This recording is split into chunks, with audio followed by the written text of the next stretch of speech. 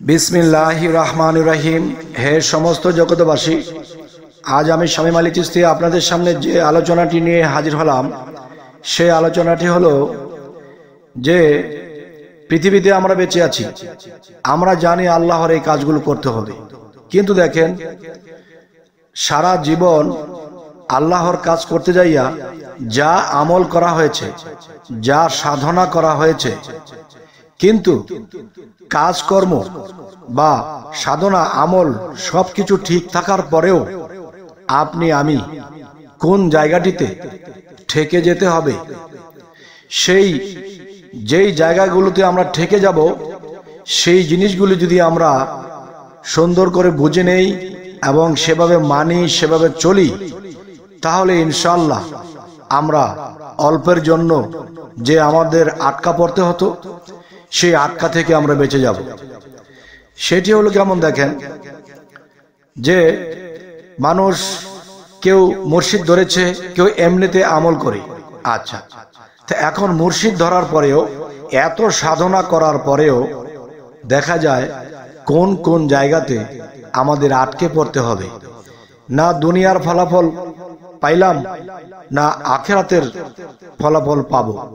যদি আটকেই পড়তে হয়, তাহলে আমাদের এখানেই তো বড় ভয়, তখন হতে হবে অসহায়। তাই বলবো, হে সমস্ত জগতবাসী, আজকের এই আলোচনাটি সকলে মনোযোগ সহকারে শুনবেন। অবশ্যই আলোচনাটি ভালো লাগলে সাবস্ক্রাইব করে নেবেন, যাতে পরবর্তীতে ভালো আলোচনা আপনাদের কাছে পৌঁছে যায়। তো এখন আমি যে কথাটি বলবো, দেখেন হয়তো কেউ হাকিকতের মুর্শিদ ধরেছেন, বা হাকিকতের সেই সাধনা, সে আমল আপনারা নিয়মিত করছেন, কিন্তু হয়তো দেখা যায় যে এই আমল করা হচ্ছে, নিজেকে ভালোই মনে হচ্ছে, আল্লাহ ভালো পথেই রেখেছে, এমন একটু ভরসা আশা মানুষের মনের মধ্যে জাগে এবং তারা যতটুকু সম্ভব কাজ চালিয়ে যায়। তো এখন আমি বলবো, দুর্ভোগ সেই নামাজকারী, দুর্ভোগ সেই ইবাদতকারী যারা লোক দেখানোর জন্য করে, দুর্ভোগ সেই সাধনকারী, দুর্ভোগ সেই মুর্শিদ ধরাকারী যারা এই ভুলগুলো করে। সেই ভুলগুলো হলো কি? যেমন আমরা যখন এই পৃথিবীতে বসবাস করি, আমল করছি, আল্লাহকে বিশ্বাস করি, রাসূলকে বিশ্বাস করি, যখন চলছি, মুর্শিদকে বিশ্বাস করি, বিশ্বাসের সাথে সেই সাধনাগুলো করি, এর মাঝে মাঝে আমাদের একটা ভুল হয়। সেই ভুলটি হলো, দেখো, প্রথমত সংসার ফ্যামিলিতে আসবো। সংসার ফ্যামিলিতে চলতে গেলে দুঃখ কষ্ট থাকবে, সুখ শান্তি থাকবে, অভাব অনটন থাকবে, আবার কখনো ভরপুর টাকা পয়সা আসবে। তো এর মধ্যে এভাবেই কিন্তু আমাদের চলতে হয়। তো দেখেন, সংসারের মধ্যে আপনি কারো কাছ থেকে ব্যথা পেয়েছেন, দুঃখ পেয়েছেন, কিন্তু না, সেই ব্যথা বুকের এক কোণে জমিয়ে রেখে মুখে হাসি রাখুন। আর সেই বুকের মধ্যে সেই ব্যথাটা জমিয়ে রেখে যখন আপনি চলবেন এবং আপনার আমল সাধনা আপনি ঠিক মতো করতেছেন, তখন কি হবে? আপনি আত্মত্যাগী হবেন। আর আত্মত্যাগী কি? অনেক দুঃখ কষ্ট বুকের ভিতরে জমা রেখে মুখে হাসি রাখে। তাই বলবো, হে সমস্ত জগতবাসী, যে এই যে ত্যাগের কথাটি বলেছি, ত্যাগেরই আরেক নাম হলো কুরবানি। আর এই কুরবানি যদি আমরা করি, তাহলে কিন্তু আল্লাহ খুশি। আমরা পশু জবাই দিয়েছি, কুরবান করেছি, এটা তো শরীয়তে। নিজের ভিতরের পশুকে কুরবান না করে বাহিরের পশু কুরবান করা হচ্ছে, যাক, ওটারও দরকার। তাই বলবো, হে সমস্ত জগতবাসী, যে আজকের মূলত বিষয় হলো যে ইবাদত সাধনা আমল এর ফাঁকে ফাঁকে আমাদের কুরবানি দিতে হবে। সেই কুরবানির আরেক নাম যদি ত্যাগ হয়, তাহলে সেই ত্যাগগুলো কি করলে আপনি পরপারে এবং ইহজগতে কোথাও ঠেকবেন না। হয়তো কষ্ট হবে, কিন্তু মিষ্ট আপনার জন্য আল্লাহ রেডি রাখবে। দেখুন, যে মুর্শিদের কাছে গেলে যিনি এত সুন্দর করে সাধনাগুলো বুঝিয়ে দিল, আমরা সময় টাইম টু টাইম সাধনা করছি, সংসারের কাজ করছি, অফিস আদালত ব্যবসা বাণিজ্য করছি, কিন্তু রাতে শোয়ার আগে যে সাধনাগুলো করবেন, যেমন রেচক, পূর্বক, কুম্ভক, ধ্যান এবং চিক সাধনা, সূর্য সাধনা, এই বিভিন্ন সাধনাগুলো যখন আপনার মুর্শিদ আপনাকে বুঝিয়ে দেবে, তখন আপনি সময় সময় এগুলো করছেন। কিন্তু এর ফাঁকি দিয়ে আল্লাহ কি বলেছে, ওয়াল্লাযী খালাকাল মাউতা ওয়াল হায়াতা লিআবলুওয়াকুম আইয়াকুম আহসানু আমালা ওয়া হুয়াল আজিজুল গাফুর, যে আমি মানুষের মৃত্যু ও জীবন সৃষ্টি করিয়াছি পরীক্ষা করার জন্য, তোমাদের মধ্যে কে কর্মে উত্তম, তিনি তো পরাক্রমশালীর সাথে মিশবে। তো এখন আমি বলবো যে আপনি সাধন পথে, সংসারের কর্মপথে আছেন, হঠাৎ করে আপনার সামনে একটা অসহায় এতিম পড়ে গেছে, তার গায়ে কোনো কাপড় নেই, সে মনে হয় আজকে কিছুই খায়নি। তখন আপনি বাড়ির বাহিরে বের হয়ে গেছেন। এখন আপনার যদি বাড়ির ভিতরে ঢুকতে হয়, আবার সেই এতিমকে নিয়ে ঢুকে পড়বেন। আপনার ঘরে কি আছে? খাবার আছে, কিছু খাইয়ে দেন, সাথে তাকে কটা টাকা দিয়ে দেন। যেই টাকাগুলো মানুষের চা পান খায়ে তারা নষ্ট করে ফেলে, হয়তো আজকে চা পান খাবো না, আজকে এতিম অসহায়কে দিয়ে দিলাম। তখন আল্লাহ এখানে খুশি হওয়ার কারণ কি? আল্লাহ এখানে খুশি হওয়ার কারণ হলো, এই পৃথিবীতে আল্লাহ কি করে, দেখা গেছে কারো অল্প বয়সে বাবা মা চলে গেছে, মৃত্যুবরণ করেছে, এদেরকে দেখার কেউ নেই। এখন সমাজে, পরিবারে যে মানুষগুলো আছে তারাও এদেরকে দেখতে পারে না, তখন তারা অসহায় হয়ে যায়। তখন একটি কথা আছে যে অসহায়ের কেউ না থাকলেও আল্লাহ থাকে। তখন আল্লাহ যদি তাদের প্রতি সহায় হয়, আর তখন যদি আপনি সেই অসহায়কে মাথায় হাত বুলিয়ে খাইয়ে দিয়েছেন এবং তাকে পকেটে 50টা টাকা দিয়ে দিয়েছেন, বাবা তুমি কিছু খেয়েও, তখন আল্লাহ এতটাই খুশি হয়েছে। আপনি 12 বছর ধরে আপনি সাধনা করছেন, আপনার ফলাফল পাচ্ছেন না, আপনি বুঝতে পারছেন না, ভালো কিছু আপনি বুঝতে পারছেন না।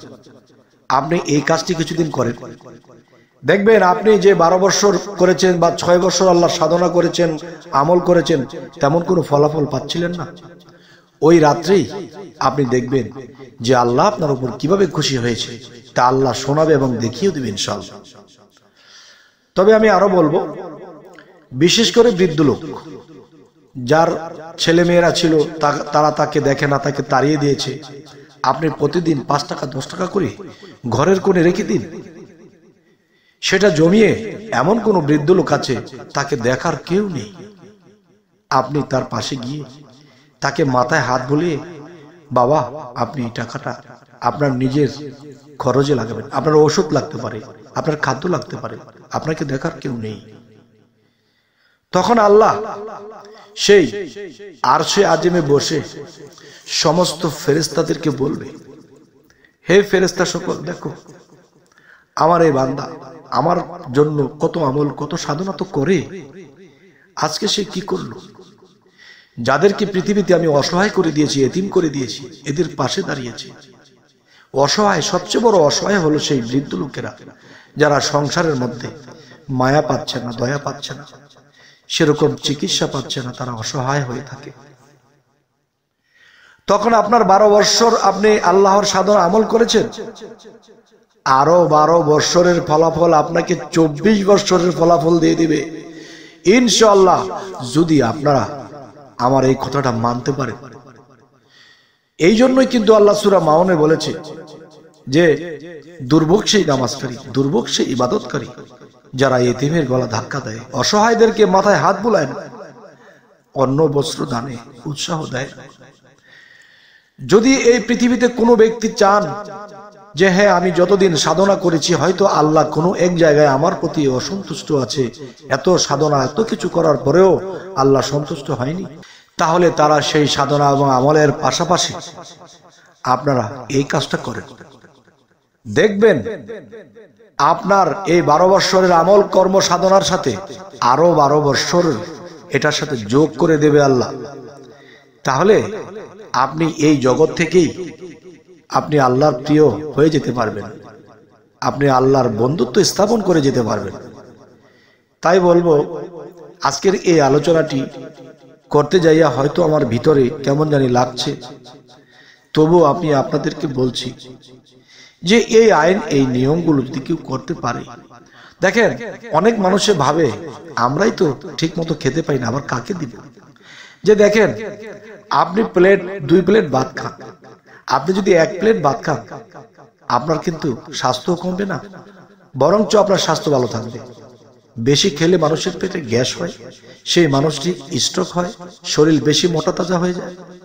তাই বলবো, সে এক প্লেট ভাত খেলেন আর বাকি এক প্লেট বা আধা প্লেট ওই পরিমাণে টাকা, ওই পরিমাণে খাদ্যটা কোনো অসহায়কে দিয়ে দিন, দেখবেন ইহকাল ও পরকালে আপনি জয় লাভ করবেন।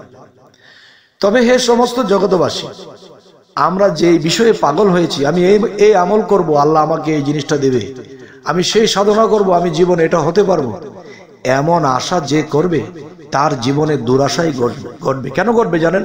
আল্লাহর ইবাদত সাধনা যাই কিছু করে নিঃস্বার্থভাবে আল্লাহকে সন্তুষ্টির জন্য করছি, কিন্তু আল্লাহর কাছে কিছু পাইবার জন্য নয়। কারণ আমি আল্লাহর কাছে হয়তো এমন কর্ম করতেছি, আল্লাহ হয়তো আমাকে কোনোদিন অনেক বড় কিছু দেবে, বড় কোনো স্থানে আমাকে নেবে, কিন্তু আমি ছোট ছোট জিনিস আশা করে বসে আছি। আসলে ছোট জিনিস এবং বড় জিনিস কোনোটাই আমাদের আশা করা উচিত নয়, একমাত্র আল্লাহর সন্তুষ্টির জন্যই করা উচিত। আল্লাহ যদি সন্তুষ্ট হয়ে যায়, তাহলে আপনি যদি নারী লোক হন, আপনি আল্লাহর প্রিয় বান্ধবী হয়ে যাবেন, আপনি যদি পুরুষ লোক হন, আল্লাহর বন্ধুত্ব স্থাপন হয়ে যাবে। সুবহানাল্লাহ।